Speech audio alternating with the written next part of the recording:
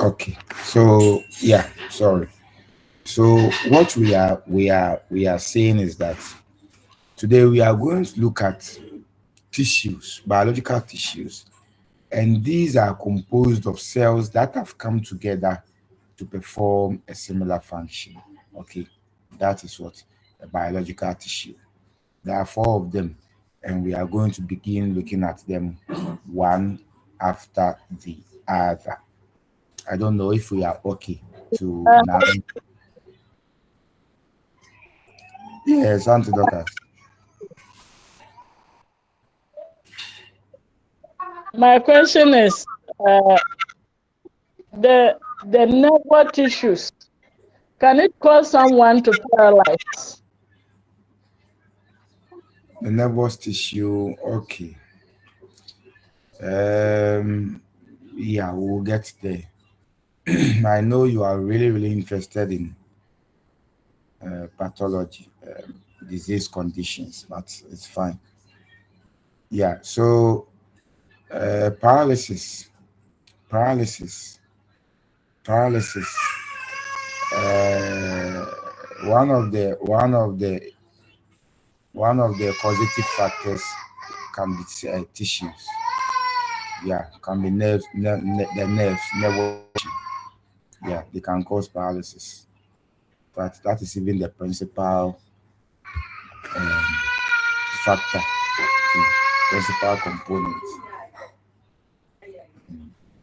Yeah, so it can do that. Can do that. Yeah. Okay, please. Okay. Now let's look at the epithelial tissue. Epithelial tissue. We are saying that epithelial cells, okay, they cover or line all body surfaces. In fact, epithelial tissue, they cover or line all body surfaces, cavities, and tubes. So every part of the body is covered with an epithelial tissue. Every part of the body is covered with an epithelial tissue.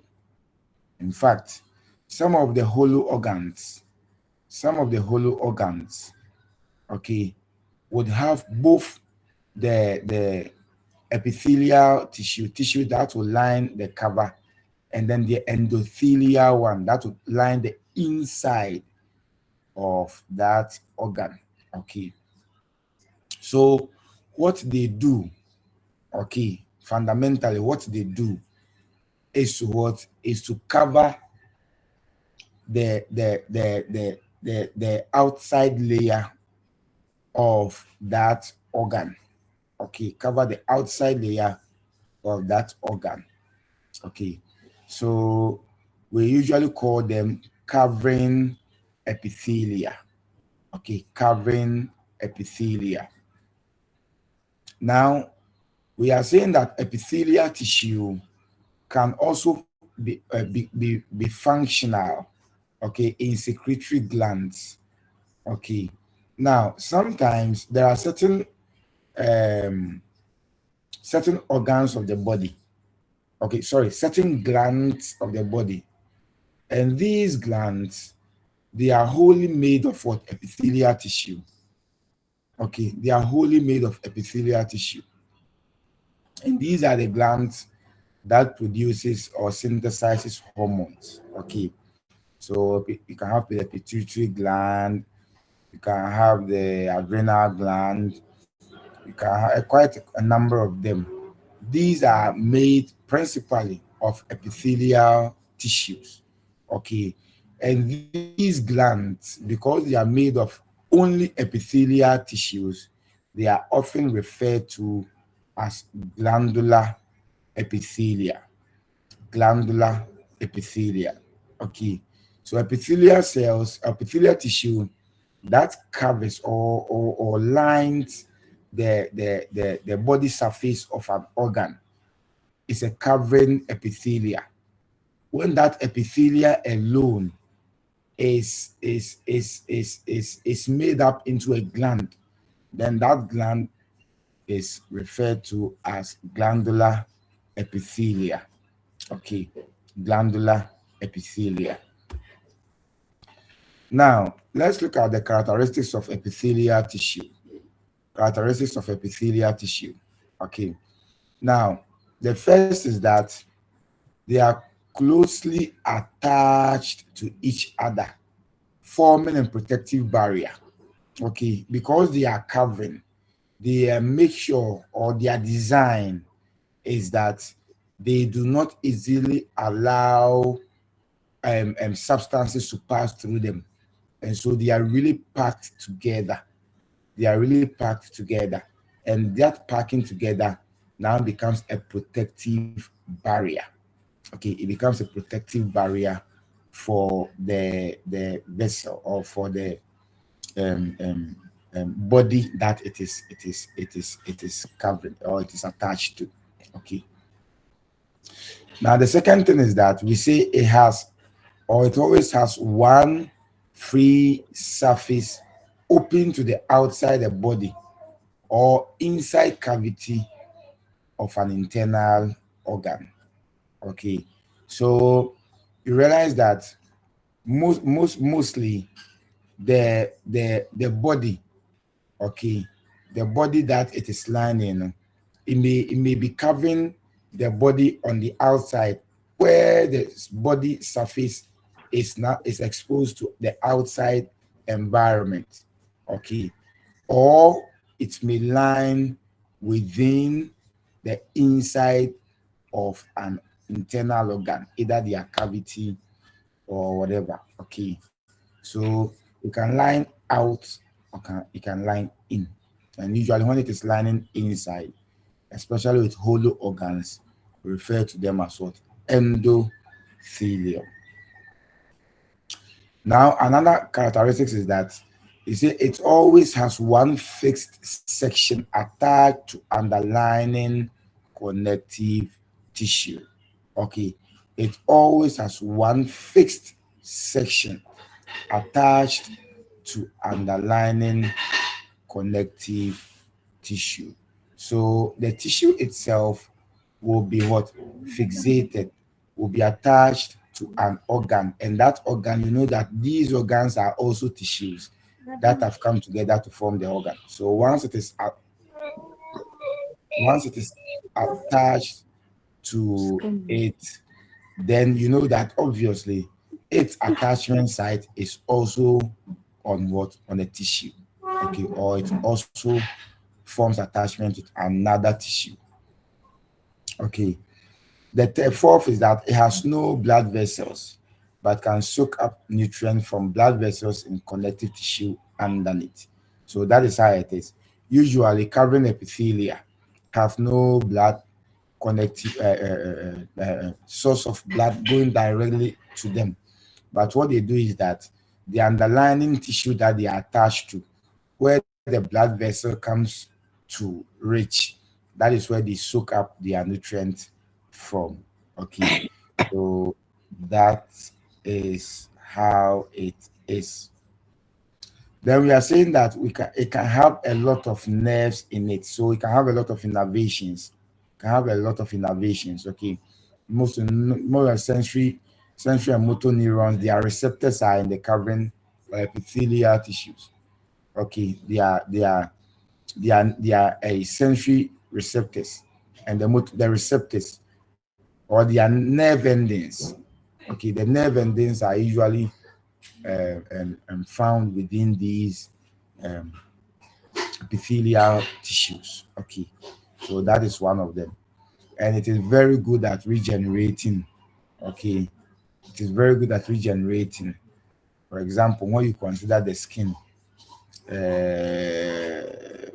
part of the skin, you know how it is able to regenerate, even if it's that's what, even if it gets depleted. Okay, the stomach lining, the stomach lining, the endothelium. You know that epithelium and the epithelial tissue are really um, they are really they face a lot of what external this one like the when you consider the esophagus and then the stomach. I mean, we are eating every day, and sometimes even the food we are eating, they face friction and all of them, and so they are able to regenerate themselves in a very fast at a faster pace. Okay, okay. Now let's consider their function. Let's consider the function of the epithelial tissue. Okay, we say that they protect. Okay, afternoon. How you doing? Mhm. So it protects the tissues that lie beneath it from radiation, desiccation, toxins, invasion by pathogens, and physical trauma. Okay, so one of the things that epithelial tissues does is to protect the underlying tissues. Is to protect the underlying tissues. Agree to Yes, you. a question.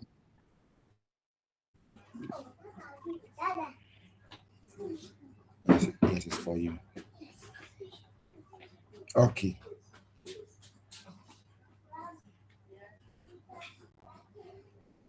Okay, so it protects underlying tissue. Okay, another function is that it regulates or is responsible for the exchange of chemicals between the underlying tissue and the body cavity. So whatever, if anything wants to pass into the underlying tissue, it has to go through the epithelial tissue, and they can regulate. They can make sure that nothing bad is entering the underlying tissue. Okay. Then another thing is that they secrete hormones. It secretes hormones into the blood vascular system, especially when you are considering the glandular epithelium. Okay, they secrete hormones into the blood or the vascular system. Okay, and then they cause a lot of chemical reaction in the body. Okay, so it can secrete sweat, mucus, enzymes, and other products that are delivered by that glandular epithelium. Okay, so that is what it does, especially the glandular epithelium. It's responsible for producing or synthesizing a lot of hormones. When you take the okay, so go on, I'll not confuse you more. Another thing is that it provides sensation. Yes, it provides sensation when the epithelium is exposed to any external stimuli. Okay, it has to what cause the sensation so that very fast or very quick something can be done. Okay, then another thing is that it helps in the absorption of stomach and then intestinal lining. Okay, so what it is trying to say is that for the stomach, the gut, when you look at the gut, the intestine, the stomach, the epithelium, okay, helps the body or it helps in the absorption of what nutrients. So when we eat, the stomach lining, the intestinal lining, okay, must assist in the absorption of the nutrient from the food. Okay. When you go to the kidneys too, they help in the filtration process. Okay, they help in the filtration process. And of course, we know that they form secretory glands. Okay, they form secretory glands or what we call the glandular epithelium. At this point, any question for me before we move on?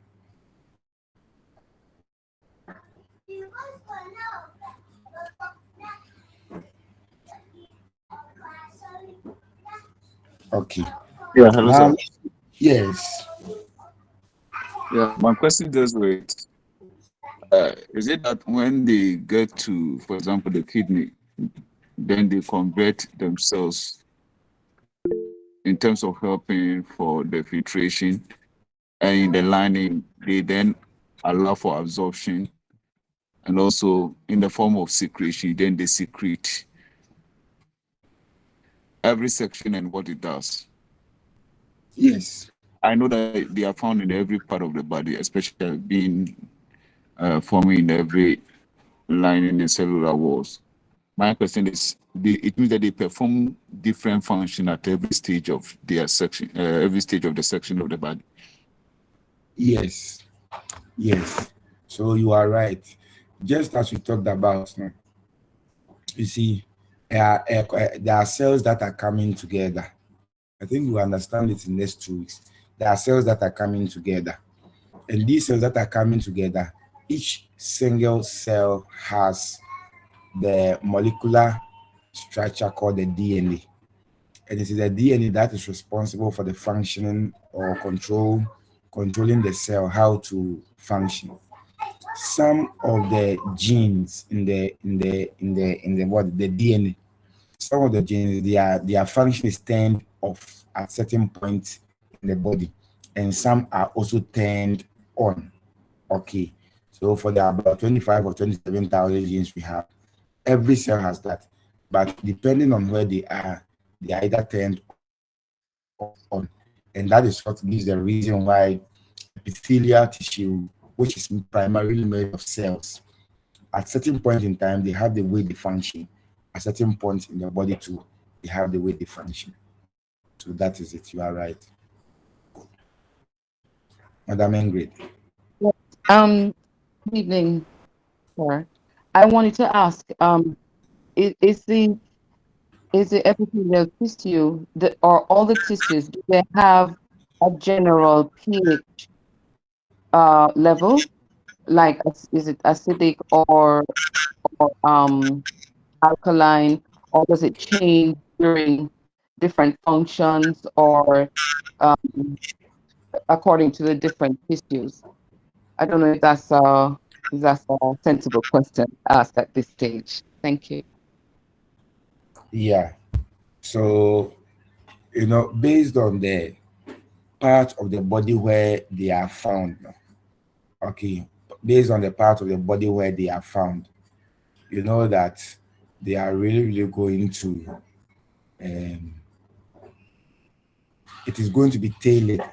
Okay, that body part, that epithelial tissue is going to be tailored based on where they are found, especially the function that that particular organ or whatever that they are lining it performs. So, for example, you can understand why um, an epithelial tissue like the one that lines the gut. Okay, you can understand the function, the role they play, being able to making sure that, I mean, all the drugs we are taking, all the food we are taking, then control what the bones we are chewing, this one, you see, all these things. uh So it makes the epithelial tissue the function more, I mean, making sure that nothing is harmed. It is able to, amongst other things, drain out the nutrients from the food before it passes into the colons. Okay, you can get um, an epithelial tissue like the one that lines the vagina.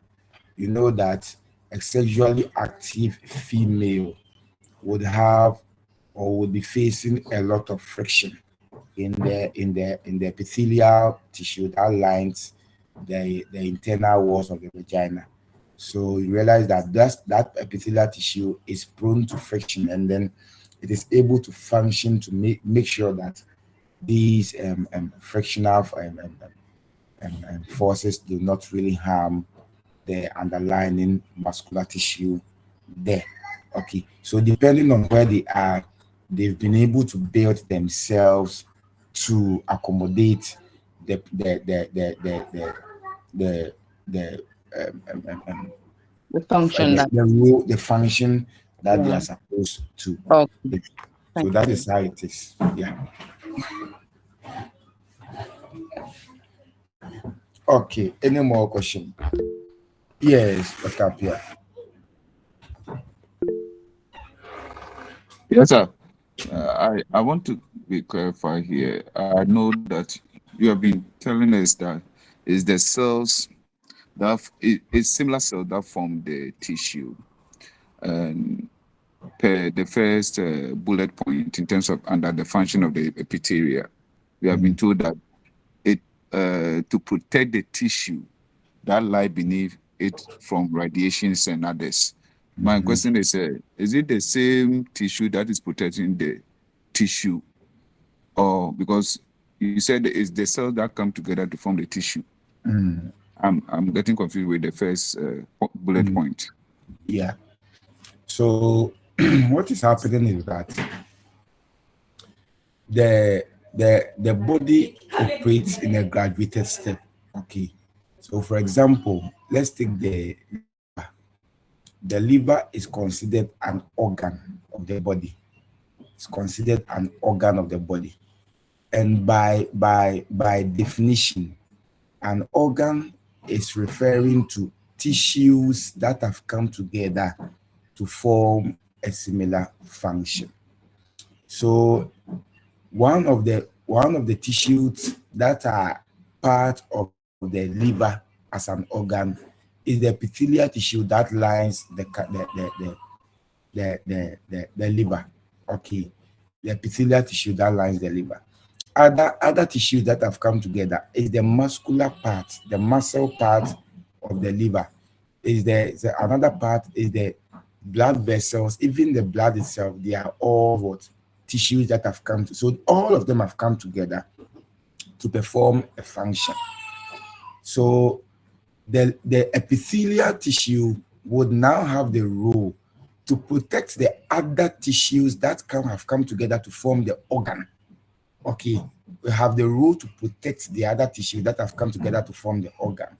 For example, the government of Ghana has a lot of workers that are on controller payroll. So these workers, okay, that the government is paying, they are all working. But there are some group of workers who are assigned to also protect the rest of the elders.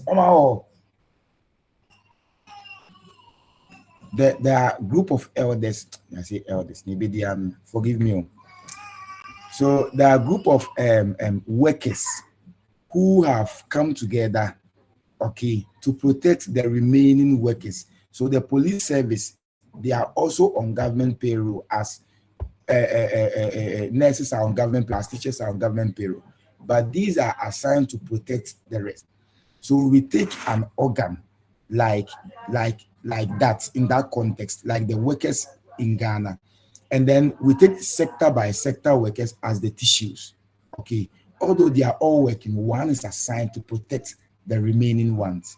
So the epithelial tissue, the role it plays is to help protect the remaining tissues that all of them have come together to form the organ. The responsibility is to protect all of them for them to be able to function well, so that no external substance can infiltrate into the organ to disrupt any part of the tissue from working in the organ. Okay, so that is how it is. I don't know if you're able to get the picture. Yes, sir. Thank you. You're welcome. Yeah, so that is how it is. Yes, Madam, Mr. Menu. Your dog. Good Yeah. evening. Good evening. So with this, a typical example, it's like when the skin is protecting the connective tissue, like the cartilage or the joint, isn't it? Forgive me, come again. A typical example is the skin protecting the connective tissue of the joint. Yeah. Or So yes, so you have understood it in the protection aspect. So that is true.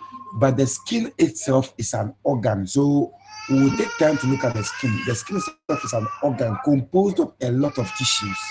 Okay. But for the protection, I think you are getting the understanding how the skin protects other part of the body from radiation and then other externalities. Okay, so it's understood. Yeah.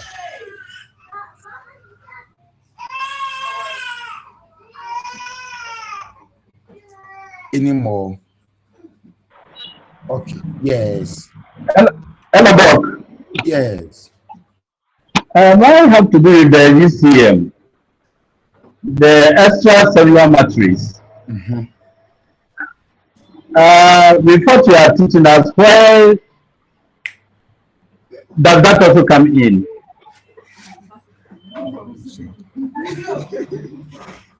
Yeah, I understand you. So yeah. So yes, the ECM, the every cell, okay, every cell of the body, between one cell and the other, there is a space. Whatever it is, no matter how close they are, they don't merge. How should I put it? They don't really compact in such a way that there is no space. The whatever it is, there's going to be some space. Okay. Just that for epithelial tissues, the spaces they create between the cells are very, very, very small and narrow. So much so that when something wants to penetrate, it becomes difficult. Okay.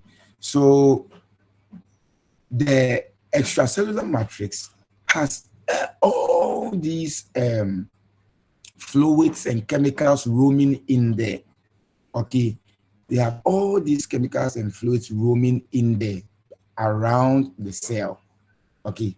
And it is the responsibility of the plasma membrane not to allow anything to get into the cell. However, when these cells come together and they compact into epithelial tissue, they would in turn make sure that nothing comes from the outside and then penetrate penetrate within the epithelial this one and get to other tissues, okay, and get to other underlying tissue or other tissues that may have come together to form the organ. Okay, thank you. So that is how it is. Yes, yes. So yes, to a large extent too, while the cells are functioning, the ECM2 can also assist the cells to function like that. Okay, but whatever it is for epithelium, the spaces in there are very, very small. They are very, very small. Okay. Thank you, sir. Doc, Yeah. I I believe that you shed more light on the granular epithelium. I think I could not get it very well. The glandular epithelia. Yes, sir. Okay. No, this is not for you. I'll give you small.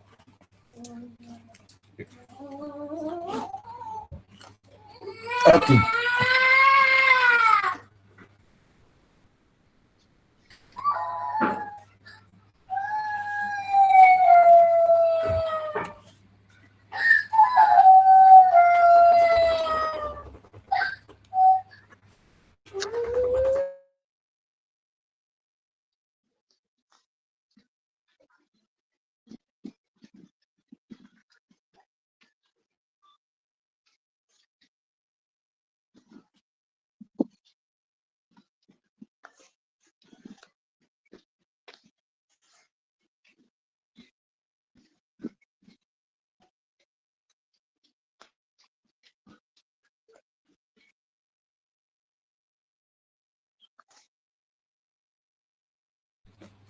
Sorry, we are doing some wrong division here, and she doesn't understand.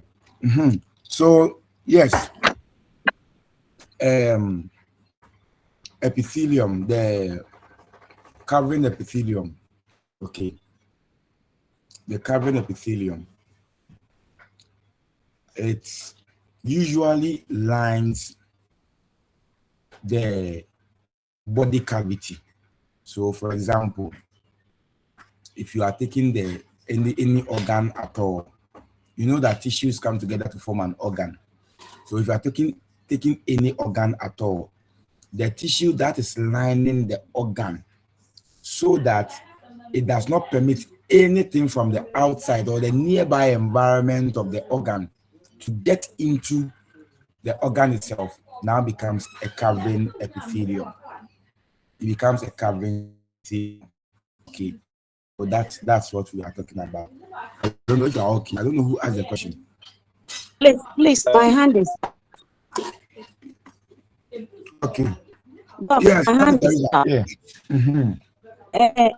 Looking at how you are explaining the epithelial tissue protecting the organs, can I think in this way that we look at it like the egg, the shell of the egg that covers the yolk and the other so that nothing can go inside the egg?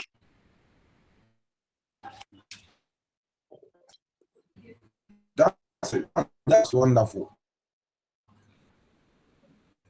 That's wonderful. Mm. So that's a covering epithelium. So the body, okay. And sometimes you get hollow organs. Hollow organs. One is like the stomach. The stomach is a hollow organ. Okay, so we can have a hollow organ, and these hollow organs, they are inside lining.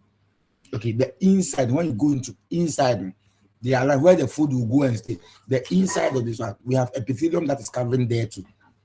And usually because they are inside, they are often referred to as endothelium. But once the epithelium comes, you know that we are talking about the covering. Okay, so the one that will line outside, like the shell of an egg, is epi, and the one that lies inside, especially hollow organ, now becomes endo. So whenever you hear endothelium, that's what they are.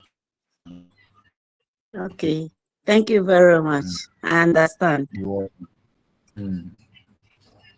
Any more?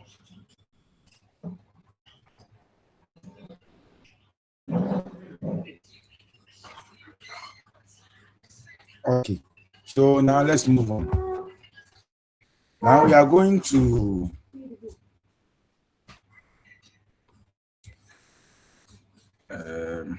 yes. Now let's look at classification of epithelial tissue. This part is a bit confusing, so pay attention. Classification of epithelial tissues. Now we classify, when you are mentioning epithelial tissue, every epithelial tissue has a name. Okay, has a name, how we classify them. So more important to an epithelial tissue, you should be able to classify them. Okay, the classification of epithelial tissue occurs in two spheres. One, we describe epithelial tissue based on its thickness. So we describe them on two legs. The first leg is the thickness of that epithelial tissue, and the second leg is the shape of that epithelial tissue. Okay, the first leg is the thickness of the epithelial tissue. The second leg is the shape of that epithelial tissue. Now, when you consider the thickness of that epithelial tissue, okay, you can have either it is simple. Simple means it has only one cell layer. Okay, one cell layer, or stratified, which is more than one cell layer. Okay, either it is simple, which has one cell layer, or it is stratified, other two cell layer. For example, when you take an A4 sheet, A4 sheet one, just one, you can take that as what? The cell, one cell layer, or all the space that's the A4 sheet has. Okay, you can look at that as a one cell layer. If it is cell, like the cells are arranged like that in one cell layer. But if you have two or more A4 sheets that are put together, they become more than one cell layer, so it becomes stratified. If it is one, it is simple. If it is more than one, it becomes stratified. Okay, so based on the thickness, you can consider either it is simple or stratified. Okay, Now that is just one leg. Then you come to the sheep. Yes, Mr. I see the name is not coming up, but I see ZAH. Oh, it's Madam Zara to Yakubu. Your hand is up. Yes, sir. Please, I can't hear you. Can you please raise up your voice more? Okay, that's fine. So we are saying that when it comes to epithelial tissue, you know the work they do cover. Apart from glandular epithelia, covering epithelia usually cover. Okay, so either they are covering the surface or the outer surface or the inner surface. Okay, for whole organs. Now, the way they line up, sometimes they can be simple because they have just one cell layer. Okay, the sheet is just one. You can see them just one cell.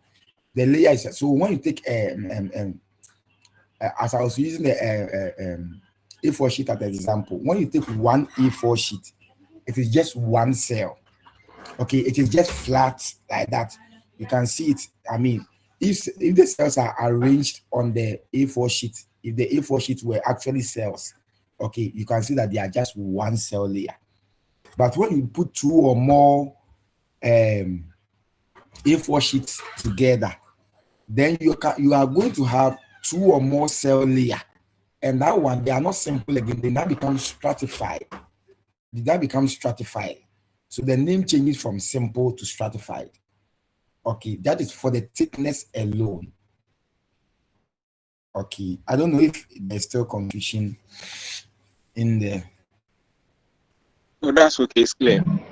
Okay, I see some Yeah, hands. Doc, yes, it's clear, but my question is, does it have to do with their functioning? Yes. So For example, yes, their classification would have to do with their function. So we'll come there. okay, thank you. You understand why a woman can meet every size and can take. And that is why I can see. The hands up. Madam Teresa, Mr. Menu, your hands are up. Is there any question for me? Also, I think the previous one. Thank you. Oh, okay. Okay.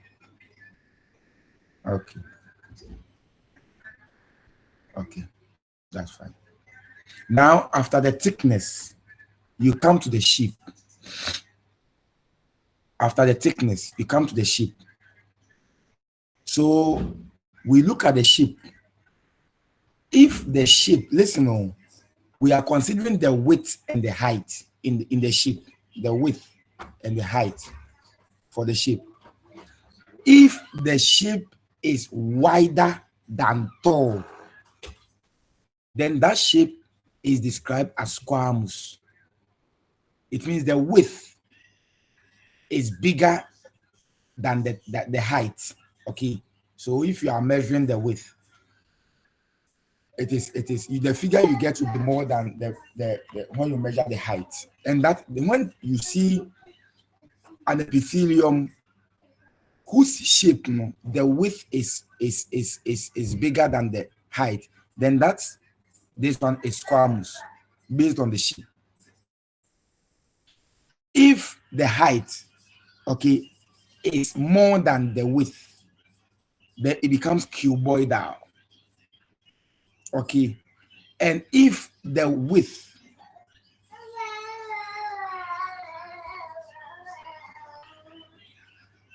cuboidal. Sorry for cuboidal. For cuboidal, no, you are having both the width and the height to be the same. Okay, you are having both the width and the height to be the same. Okay. Yes, Mr. Champon. Yes, sir, please. As normally you used to do, can you give us an example so that it will be right? Or pictures? It will come. The pictures will come. They are there Okay. plenty. It's in the slide. Yeah. So considering the shape of the epithelium, if the width is the same as the height, then it is cuboidal. However, if the height is bigger than the width, then it becomes columnar. Okay, it becomes columnar. Now, in describing them, you can describe them based on the thickness and the shape. So, for example, if you have an epithelium which has one cell layer and the shape too, it is wider than tall, then you describe that epithelium as a simple squamous epithelium. Simple squamous epithelium. If the thickness is one cell layer and the width is as tall as the width and the height and the width, the height and the width are the same, then that epithelium is now classified as simple cuboidal epithelium. If you have one cell layer and the width or the height is bigger than the width, then it is described as simple columnar epithelia. In the same way, if you have a thickness that is more than one cell layer, but the width is greater than the height, then you call it stratified squamous epithelium. If the thickness is more than one, stratified, and the shape is as tall as wide, the same, then it's classified as stratified cuboidal epithelium. Then, lastly, if you have more than one cell layer, but the shape is what the height is greater than the width, then it is stratified columnar epithelia. The reason why we are doing this is that the epithelia is different based on the body part where it is. And you would understand why it is like that there, because some are really shock absorbers. Now let's go on and look at it. Now this is it. So you see that it has, for this, it has just one cell layer. This is a cell, this is a cell, this is a cell, like that. Okay. And the width, look at the width here and the height. You know that the width is greater than the height. Okay. Because it has one cell layer and the width is greater than the height, it is simple squamous. Now you come here, just one cell layer, because you see the dot, just one cell layer. Okay. But, and you see that the width and the height are the same. This is artistic impression. The width and the height are the same. Then the simple cuboidal. This one, the height is greater than the width, although it is one cell layer. The height is greater than the width. It is simple columnar. Okay. When it comes to stratified, know that it has more than one cell layer. So this one has many layers. This one has many layers, but the width and the height are the same. Stratified squamous. This one, the width and the height are the same. Okay. And they are more than one cell layer. Then it becomes stratified cuboidal. This one, okay, this one pseudo stratified. I'll come to pseudo stratified. So essentially, that is how it is. It is also described here. It is also seen here. Okay, one cell layer, more than one cell layer, and all that. Okay, when you're ready, you understand. So we are taking them one by one. So just as I have explained, what?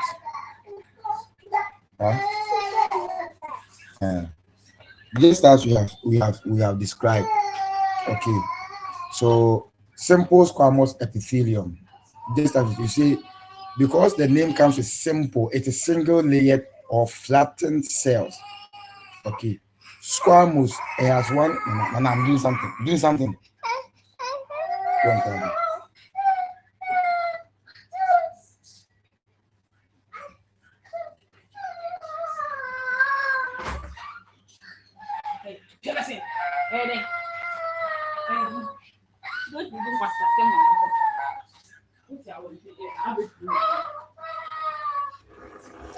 So, so it is.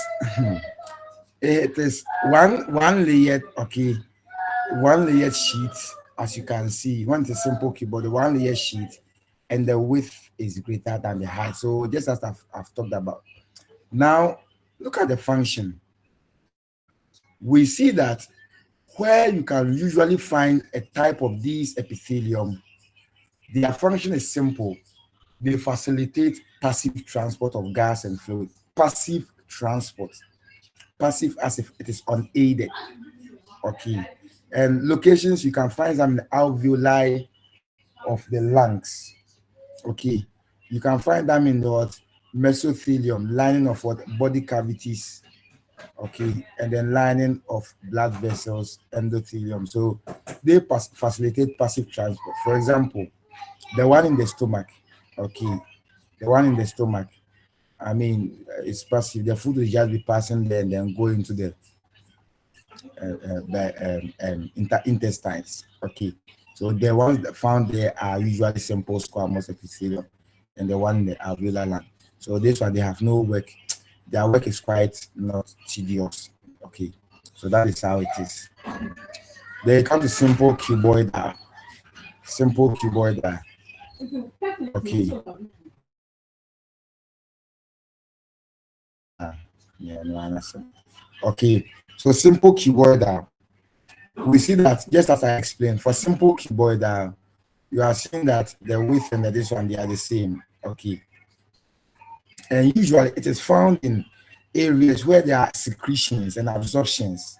Okay, so for example, the kidney tubules, okay, you can find them also in duct and secretory portions of small glands, and then ovary spaces, surfaces where there are secretions and absorptions. Okay, where there are secretions and absorptions.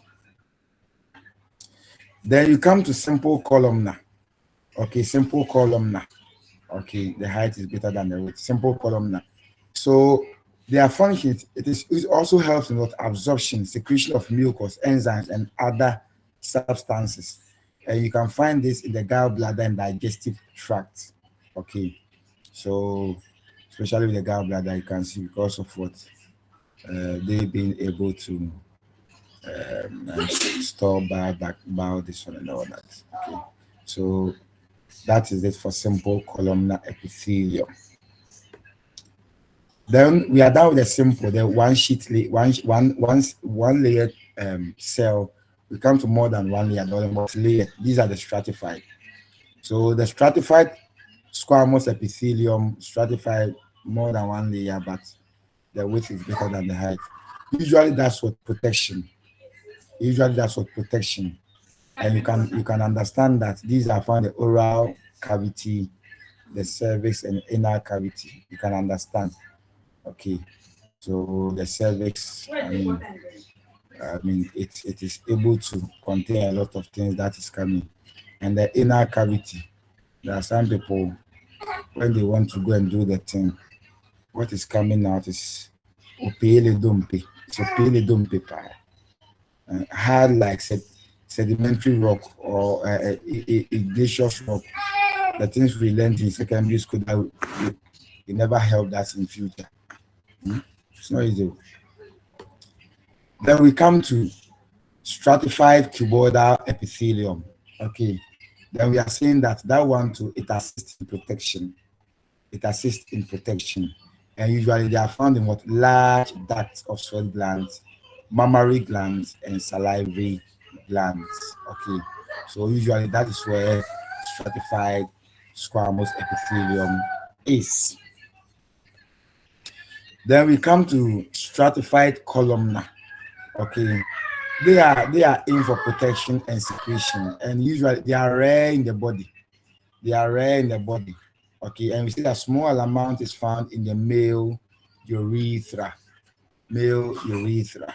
Okay, so where urine and then um, where urine and sperm passes. You know that men are always releasing. Men are always releasing. If not urine, it is sperm, a semen. If not urine, it is semen. Men are not.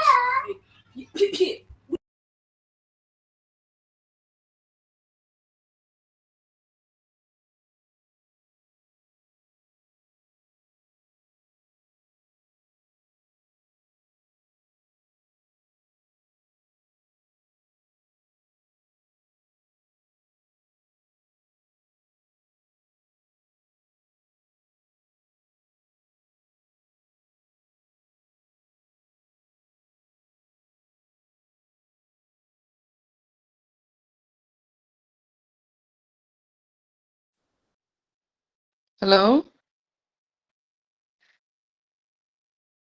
Yes. Okay, I was looking the sound. Sorry.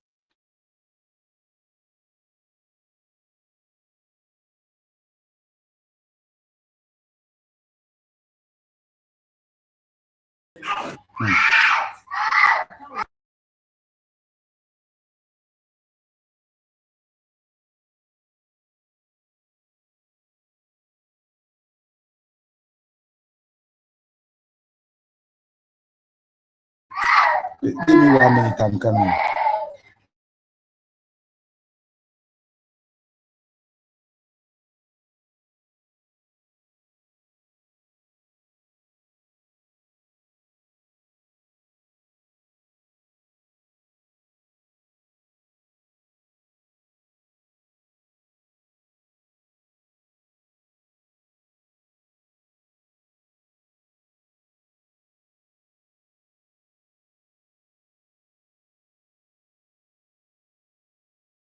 Let's continue. She has gone to take pepper and then put it in the eye. Okay, so oh, there's a hand up. Auntie Ingrid. Yeah. Yes, I wanted to ask, in the case of women who get pregnant, does the tissue change as she's carrying a baby as when she doesn't? And what kind of lining would there be? Does it remain the same? Does it just get more contracted? But the actual makeup, does that change? Does that ever change in any part of the body?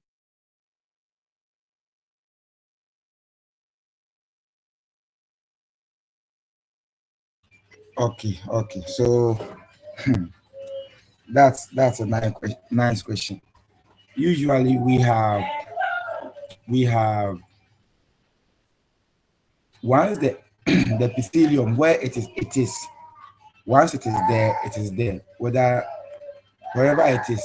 Okay, and sometimes you can have epithelium we usually call transition epithelium. You can have transition epithelium.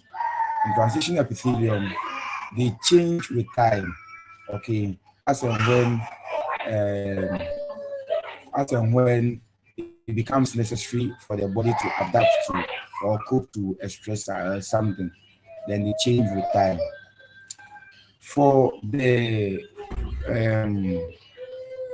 the uterus, uh, I'm not sure it changes the epithelium in the changes like that. Okay, yeah, that is how it is. That is how it is.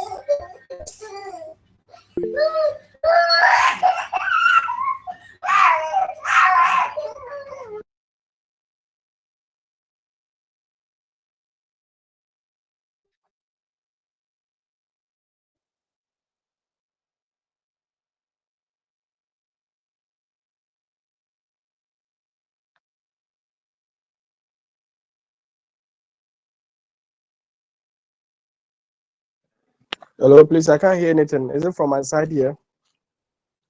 No, I think it's he muted. But Sister Olumide, what part of the body are you referring to in your question in the chat? Remember, yes, remember he mentioned early, right now at the slide, that the stratified columnar epithelial is in males in the urethra. So I'm wondering if that is explains the susceptibility to infection or health complications, like you know. So I Okay. don't know. I was asking about that. This very same slide that's on screen right now, Okay, okay. where he said that it's rare. So because of the dual function, protection, secretion, you Yeah, know, yes, can it, yes. while secretion is happening, that means the protection may be compromised, you know? Mm-hmm, Um, mm-hmm. so that's the gist of my question. Okay, okay. I actually wanted to ask a more sensitive question on some males, but maybe I'll ask him privately.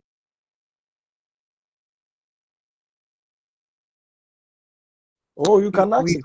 You Why do you can want ask to we, it. ask in private? we can have a Don't do discussion that among in ourselves.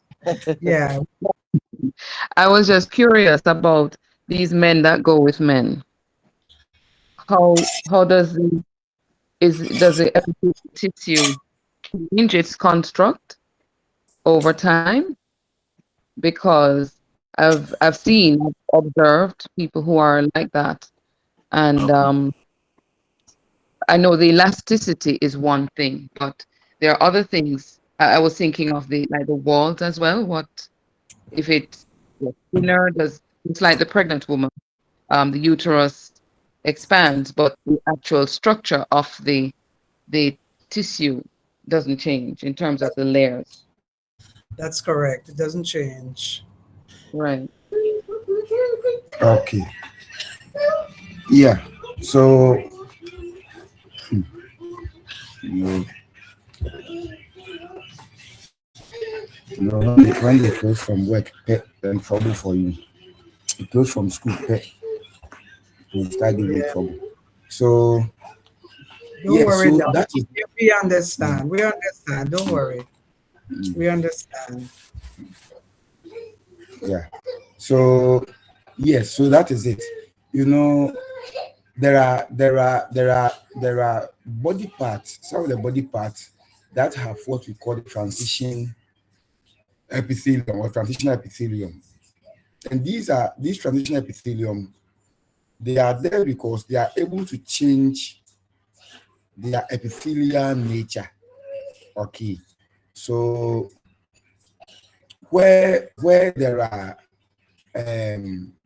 quite a considerable work, okay, like as we have in the urinary bladder, okay, we have in the urinary bladder, it can change, it forms sort of transition because when there are no urine stored in the epithelium retracts. Once urine begins to accumulate in there, then it becomes to become bigger. The ureters and the renal, all the renal pelvis in the kidney also does the same. However, when it comes to the nature for a pregnancy, the nature of the epithelium doesn't really change. What changes is that it stretches up. Okay, it stretches up, and once you give birth, then it returns to normality. Okay, but for transition, sometimes as you age, as you get older, or as you progress, maybe disease condition comes in and all that, you may transition into something else, and then if you are not like, it may not even come back again. It may not be come back to how it was previously. Okay, so that is how it is for the transitions. That's how it is for Um, the transition. okay, thank you. I had one other question to comment. You Okay. could comment, and it has to do with cervical cancer. And the Mhm. reason is because of this epithelial tissue, description now. One of the things, when I was looking, I couldn't understand why they said that women who had had many sexual partners were more susceptible to cervical cancer. And just in my maybe naive mind, I was thinking to myself, well, how does a body know the difference if it is 100 men or the same man 100 times? And so, well, that is one part. But the other part is that there was a particular place that where apparently the cervical cancer incidence was high. And the doctor had explained on an interview once that it had to do with rough sex. What he said was that the impact on the cervix, the cervix, um, was so hard, it formed, it hardened right at the cervix, and he said that it could develop into cancer, and truly, in that particular community, which was a poor community, um, apparently the incidence of cervical cancer was high.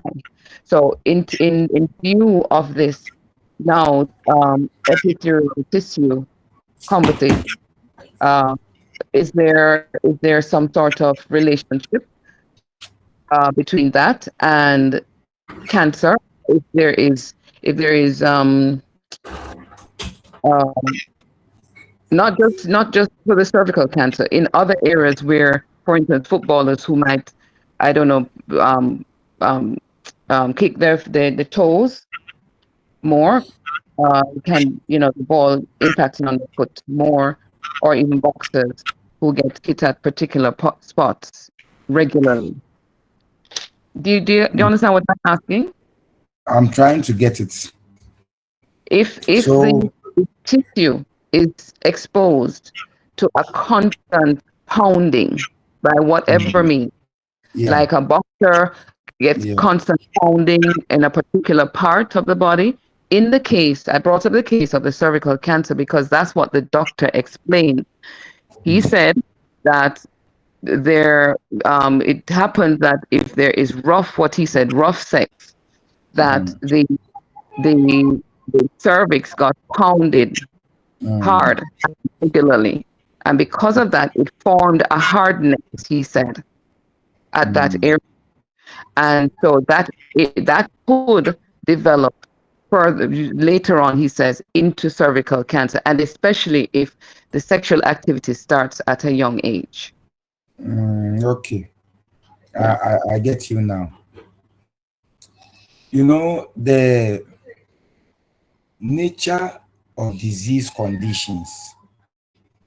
There are different types. Okay, for cancer, for cancer, you can you can understand from their pathogenesis that they are cells that are eligible to die, or they have reached their age that they should die, and they are not dying. That's one side. Or cells that are supposed to multiply at a certain rate, which they are multiplying more than that rate. Okay, so that is how cancer comes about, and all these can stem from an uncoordinated from the DNA when they are not properly coordinated. Okay, so that is how cancer is. But with part of our bodies exposed to pounding or constant pressure, or whatever, you may injure the cell. That is right. Inflammation may come once a cell's injure, inflammation sets in, and all the inflammatory conditions, all this can come. So the cervix can become inflamed, accumulation of Mm. fluid, you have edema there, you have all of this there. But the cells are properly regulated by the DNA and they are not cancerous in nature, by and by, the inflammation, when you get a medication for the inflammation or whatever, it will go away and may not likely cause cancer. But if the DNA of that particular, those cells are uncoordinated, even if it is devoid of regular pounding or whatever, cancer will still come. Okay, cancer will still come. And that is how this thing is. The linkages between constant pressure, a part of the body being under constant pressure and all that, and then cancer may be rare, but yes, true.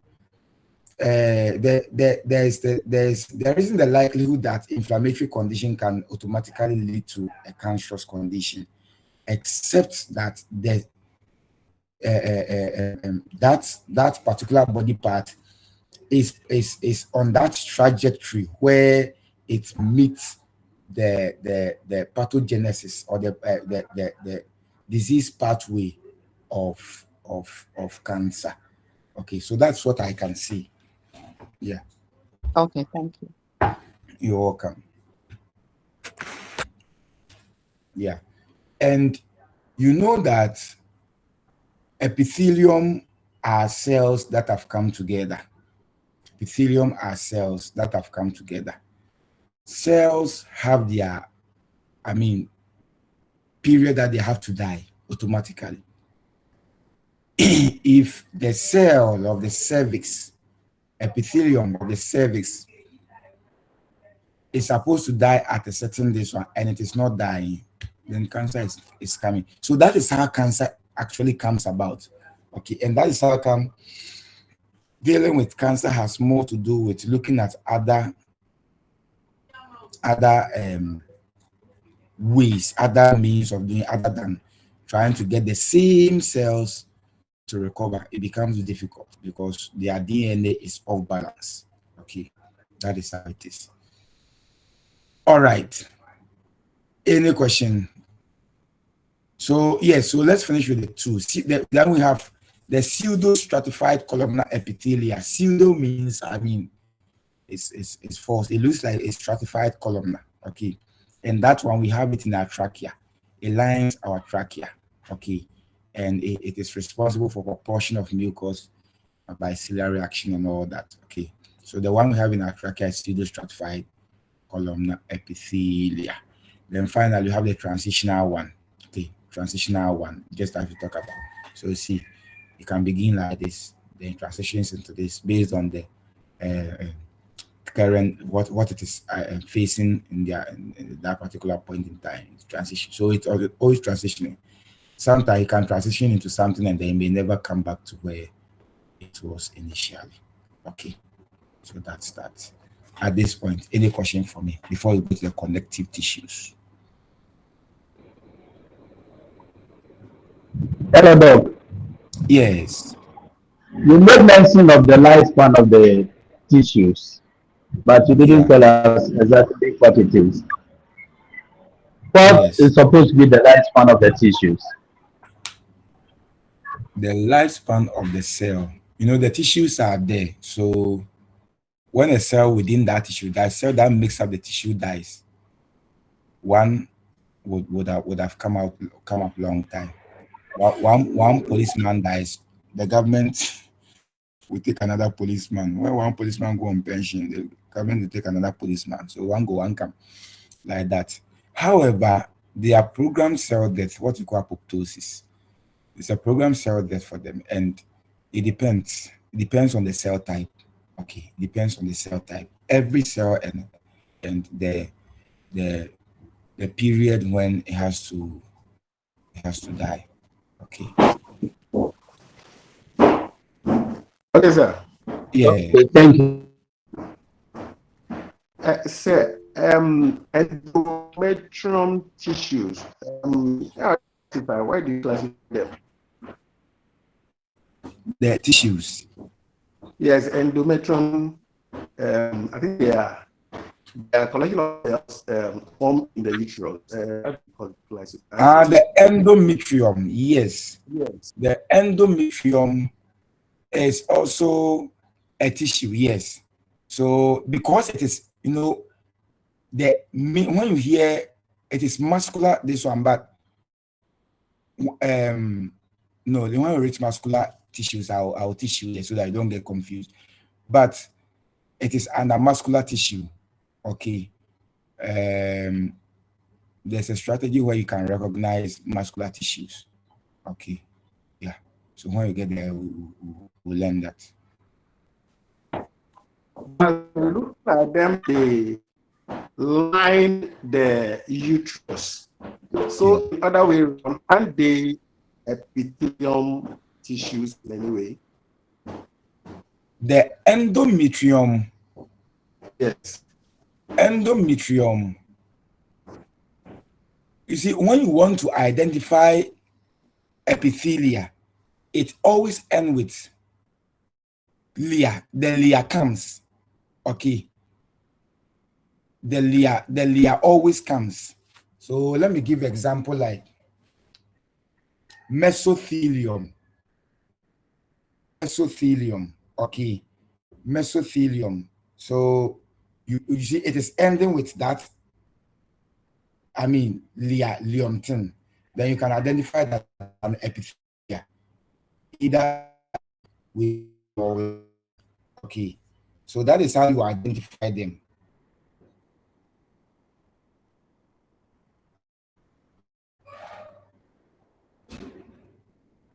Yeah. Yes. Yeah, Mr. Ima. Yeah. Good afternoon, sir. Yes.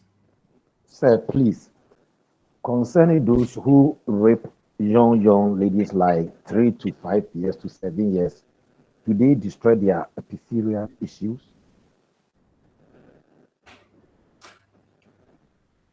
Then what? And know what?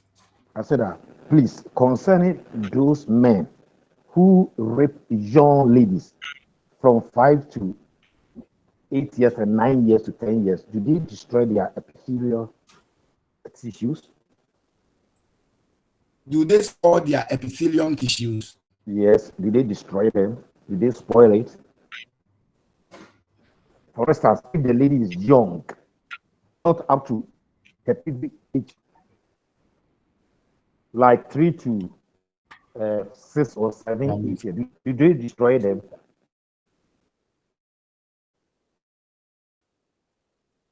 Hello? Hello? Yes, I'm listening on. I said that, for instance, if a lady is very young, from 3 to 9 years, those who will rape them, do they destroy their epithelial tissues?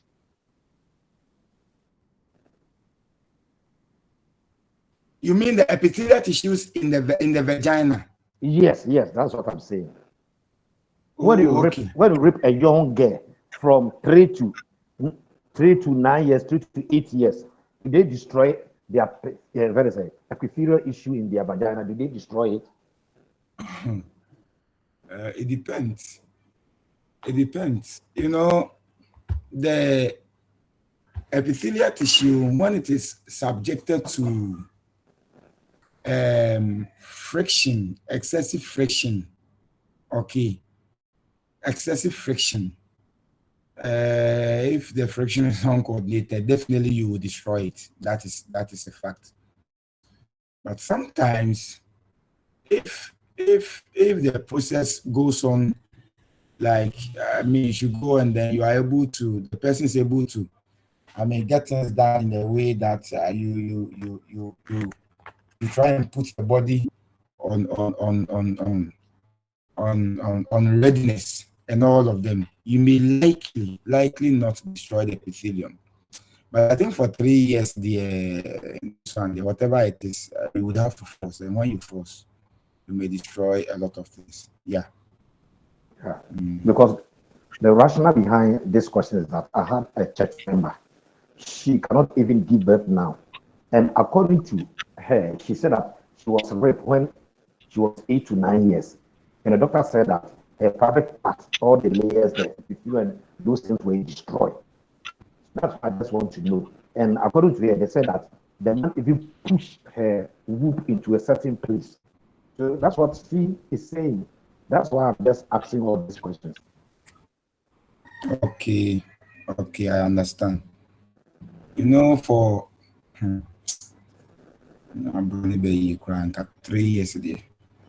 So 3 years to 9 years, even if the person is even sexually active, even the person is sexually active and it is rape, you can still destroy the epithelium. Even if the person is sexually active, you can still Okay. destroy the yeah. Okay. Thank you, sir. God, God bless you. God designed it in a way that there are processes. I know that I don't know if I should say Ghanaian men or men in general or some men. As for them, they are always in a hurry. So gongrang, gongrang, gongrang, gongrang, gongrang, gongrang, and then they are gone. 1 minute, 2 minutes, and they have destroyed everything. It's not easy.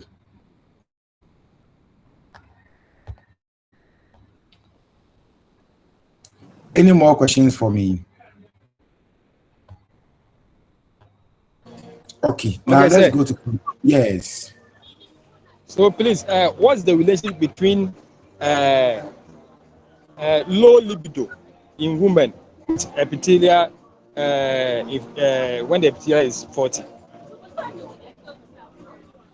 Okay, so libido has more to do with the general than the cervix or the vagina itself. Libido has more to do with the brain, has more to do with the hormones, has more to do with sensation. Okay, so the relationship between it may not be that that's close. Okay, except that we want to say that some women have no feeling. There's a difference between libido in general and then, I mean, when you are in the act, the woman says, "Me, I don't hear anything, I don't see anything, I don't feel anything." That one is different. Okay, even that one, you can still have psychological, emotional, this one in there. Okay, so it is addressed holistically. It is addressed holistically. Okay, I think that is what I can say about that.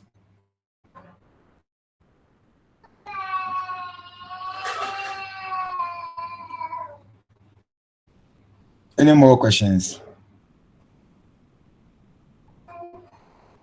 You know that naturally, women actually have their libido to revolve around once a month. Usually, that is how it is, once a month. But for a man, every second, every minute, every day, every hour, every week, every month, every time, ready for business, every time. But for a woman, usually it is 1 month, once a month. The rest, you would have to do a lot of work to invite the libido to come in. Other than that, forget it. Any more questions?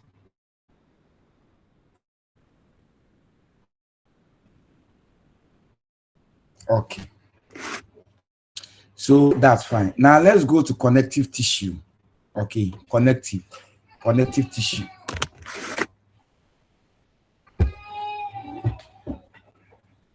Now, connective tissues as the name suggests, they connect different parts of the body together. Okay, they connect different parts of the body together. Okay, so that's that. Now let's look at their general characteristics. We are saying that the intercellular material is maximum, whereas the cellular component is minimum. This one, this one, this one.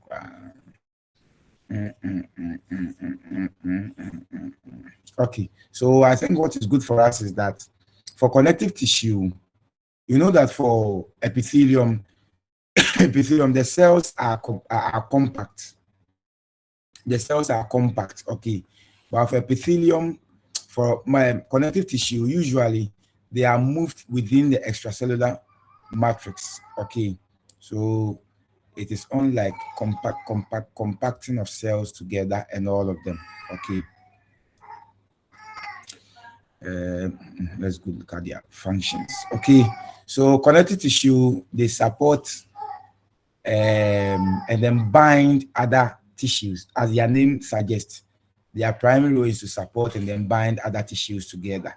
Okay, they hold body fluids together, and then they defend the body against infections like macrophages, like plasma cell mass, and all of them. Okay, so defend the body against infection, and then they store nutrients as fat. That is for connective tissue. Okay, that is for connective tissue. Now this is it. So these are this one. So connective tissues, we have connective proper and then specialized. Connective proper and then specialized. And under connective proper, we have mucous tissue, dense, loose, and then reticular, like that. Okay. Then when it comes to specialized, you have like blood, you have bone, you have cartilage, you have adipose tissue. All these are what? Connective tissues. All these are connective tissues. They are specialized one. Blood, bone, cartilage, and then adipose tissue. Okay. Now let's go to their descriptions. This one you can read, okay, the different types of connective tissue.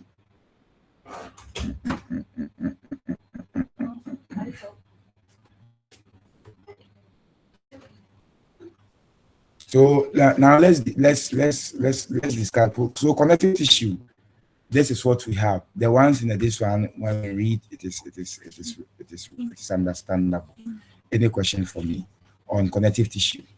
Bone, blood, cartilage, and then adipose tissue forming the specialized connective tissues. And we have the other ones. Any question for me on connective tissue? Any question for me? Okay. I can see you are tired, so stretch for maybe 5 minutes and let's come back. Okay, it's 1:30 into our lecture. So stretch for 5 minutes and let's come back. Okay. Great. So now let's go on. You know, today, when I came home, I was nearly overtaken with sleep. And I just remember sharp that we have a class. I thought today is Tuesday. So I was about to doze off when I remember we have a class. So the sleep is inside my mind. So it is now clearing off. Okay, so let's go. Muscle tissue.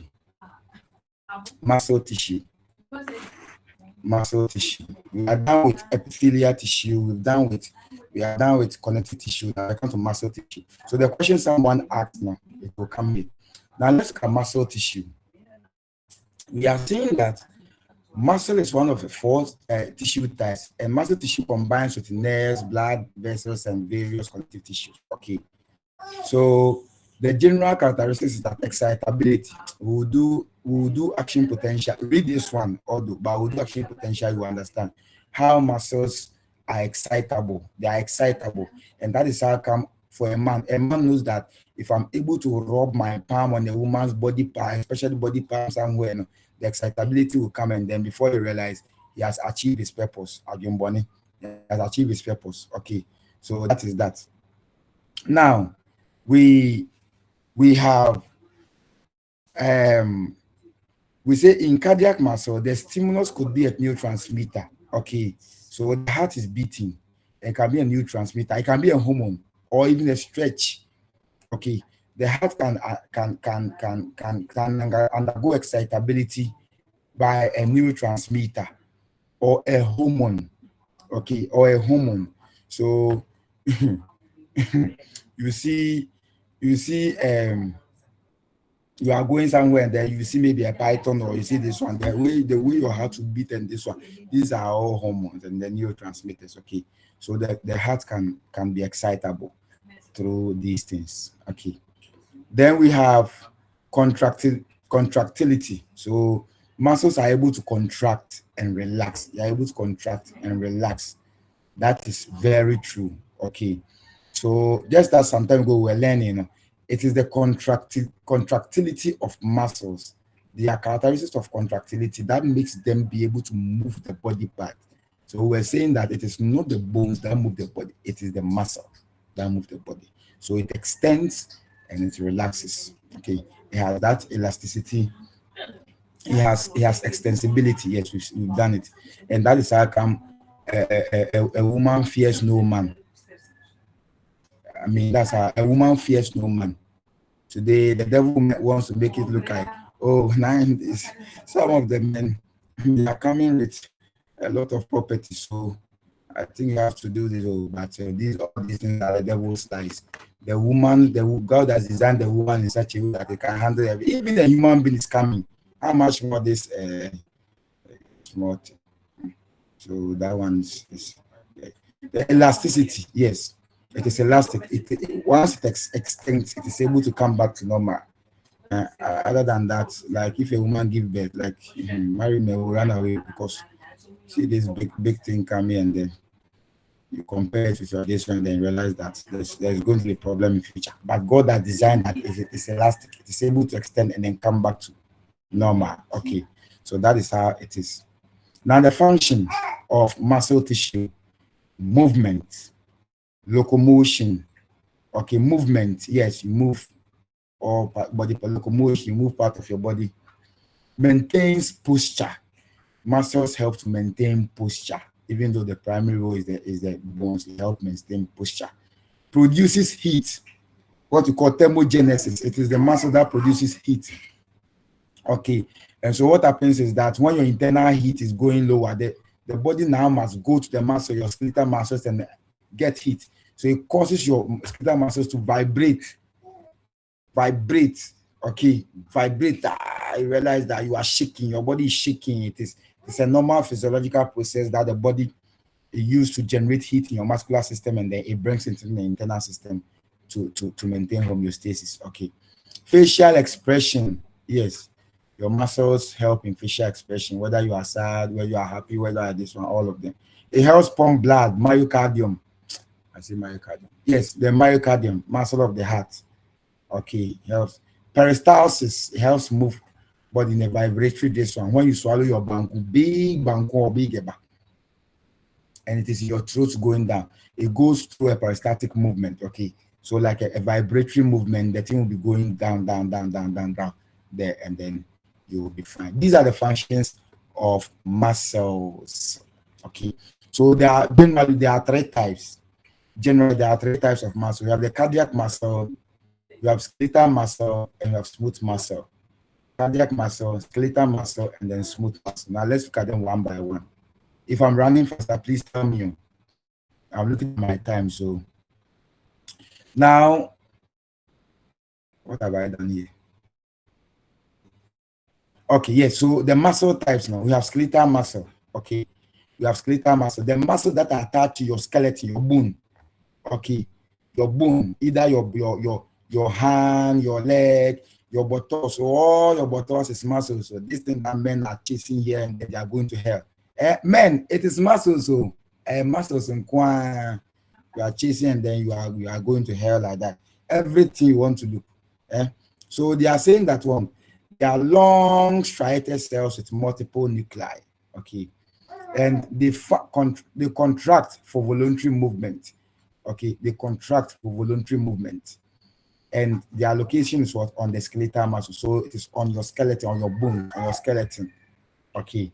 And there are about 600, more than 600 of them. I think 650 of them. And by the time you are this one, you are able to know everything.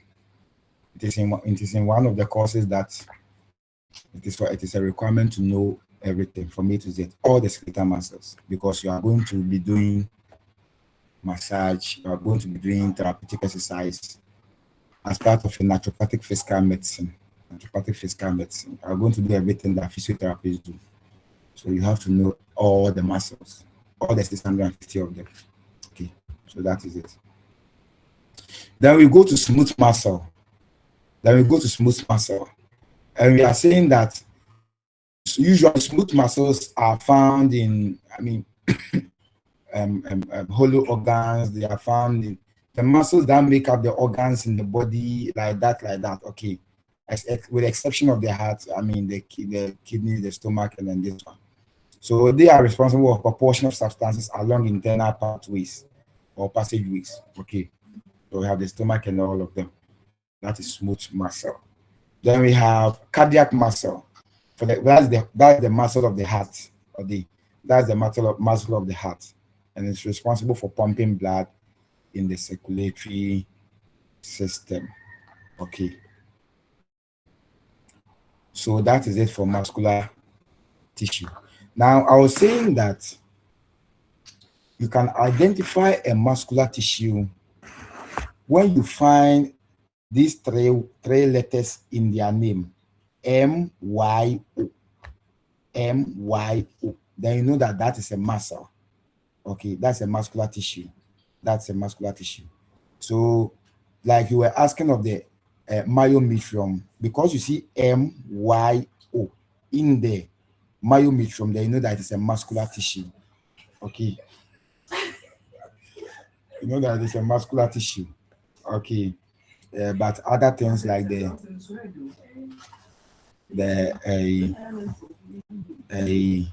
what are the other things? The endometrium and this one, these are the epithelial ones. But when you say myo, anywhere you see myo, like we say, like we have for the myocardium. Okay, when you say myocardium, MYO, anything you see MYO, then it means that you're talking about muscle. Muscle is there. So the heart muscle, myocardium, the muscle of the uterus, myometrium. Okay, so that is how it is. I hope you've gotten it. Yes, Auntie Gladys.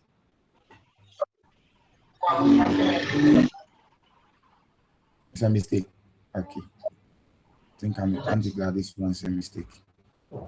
Any more questions before we go to the last? Yes, Sister Yakubu. Please, did you understand the myocardio and the myo?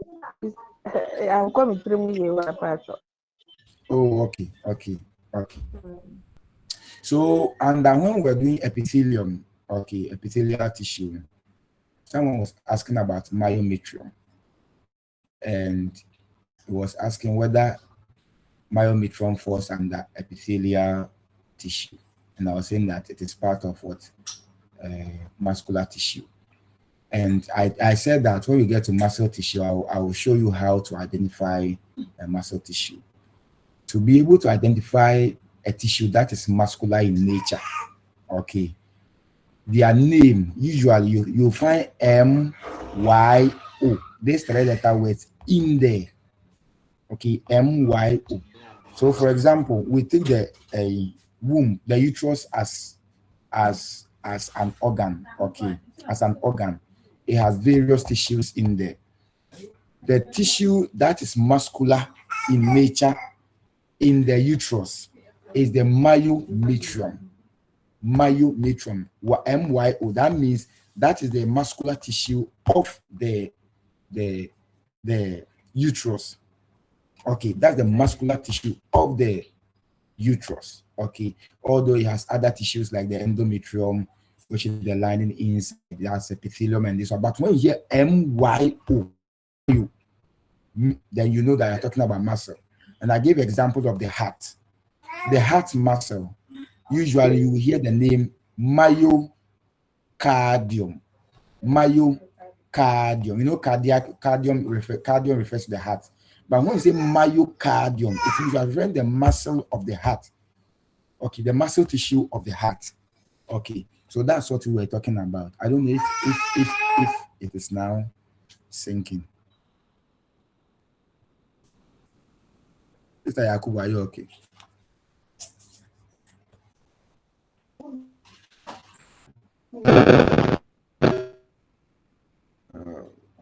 Yes. Okay. Okay. So yes, there's a hand up, Mr.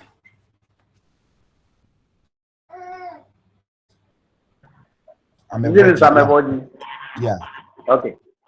I once used the quantum analyzer, and this time you are using the myocardial blood. You see that the report tells you attach myocardial blood demand, and you see the range: myocardial blood perfusion volume, myocardial oxygen consumption. So it means this has to do with the muscles that are connected with the heart.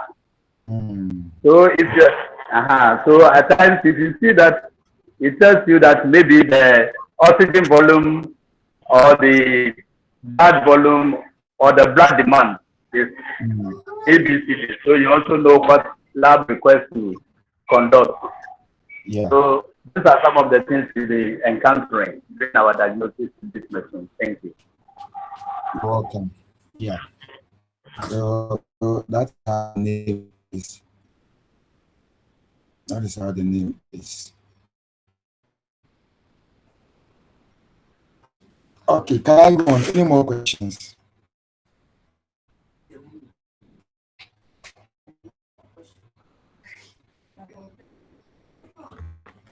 So now let's move on.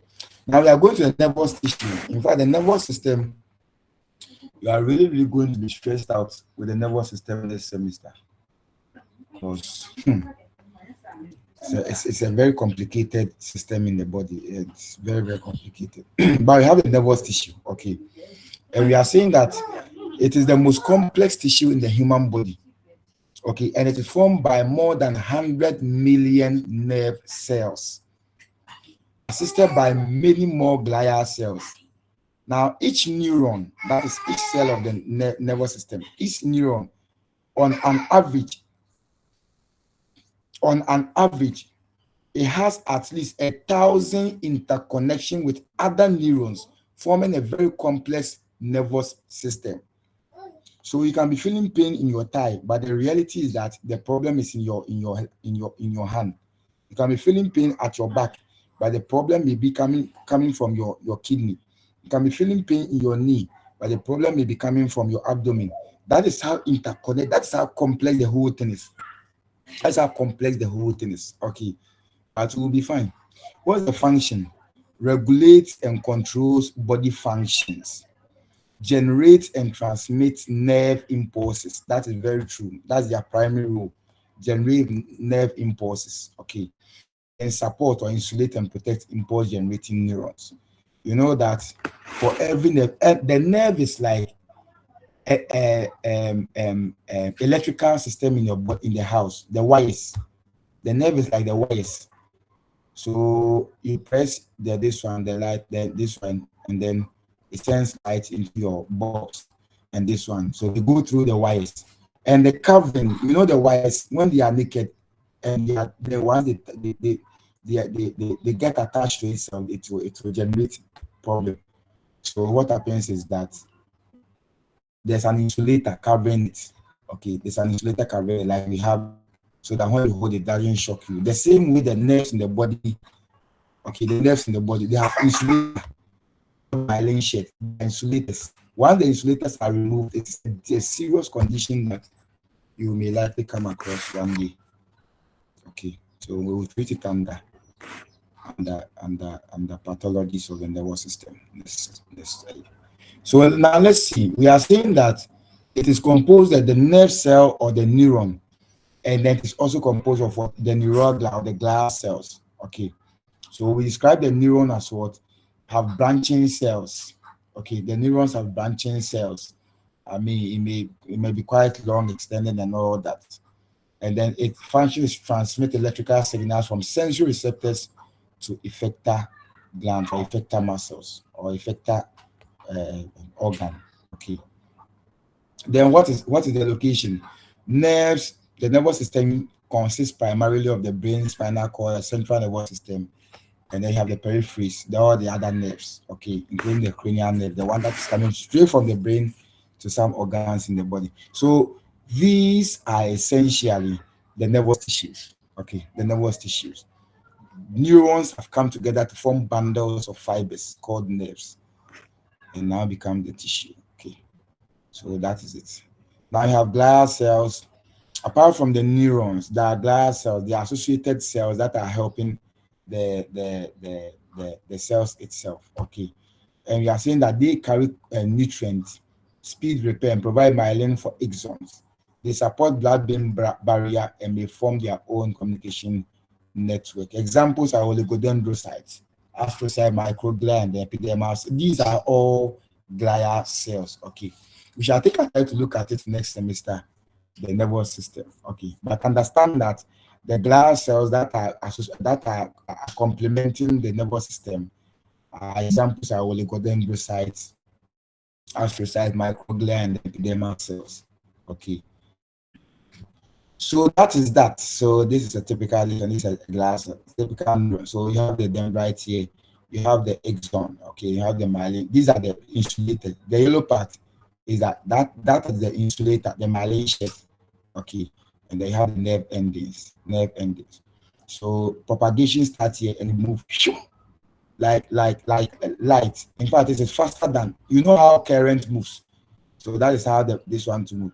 So you step on a hot object in your feet, and within seconds it travels to your brain and comes back and gives you a feedback. That is how it is. So it travels, it reaches, it passes to the next nerve, it passes to the next nerve, like that. In a microsecond, it has gone to the brain, and then the brain has interpreted and this comes. That's how fast it is. Okay, that's how fast it is. All right. Any question? Other than that, we have come to the end of today's lecture.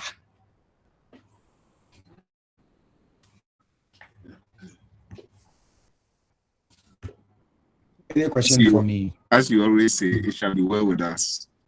Yeah. Ebefa. Akrangakra. Ebefa. Sometimes you are in class and then a lecture will be going on. You realize, am I seeing stars? This thing can I do? And then, but you realize that time. Yeah. Sister Yakubu, you want to speak? Sister Yakubu, maybe I will say better papa. Yeah, we. Very say. Oh, the reality is that that is what education has made Africans believe. But I like the mentality of the whites. Even people who are cerebral palsy, or they have what is this one? I mean, there's another one. Or even with them crying, they are still able to teach them for them to know. No one is this one. It's just that you have to get dancing. There's one particular one B. I've forgotten. Me and my bro. There's one particular one B. Is it autism? Yes. That's it. Autism. Yeah. Even them, they are able to train them too. So no one is born. You just have to learn. You will find it. But sir, it's not easy. It's not easy. Right, My hand it's is just up. My hand is not easy. I want to say something. Sir, please, I had issue with you today. Oh, okay. Hello, sir. Mm-hmm. Yes, I'm The listening. child that they are beating at your back there, you didn't shout them to stop beating the person. There's a child crying Yes. at your end. Mm. That's my Yes. issue. I will come and Oh, shoot the person. you know, if not for the lecture there, I would have saved it, but I couldn't because noise of children. You want to take Tell pepper. the woman I will take her to court. She want to take pepper and then she chew the pepper. Now the pepper is making the mouth hot and she's crying. It's noisy. Sir,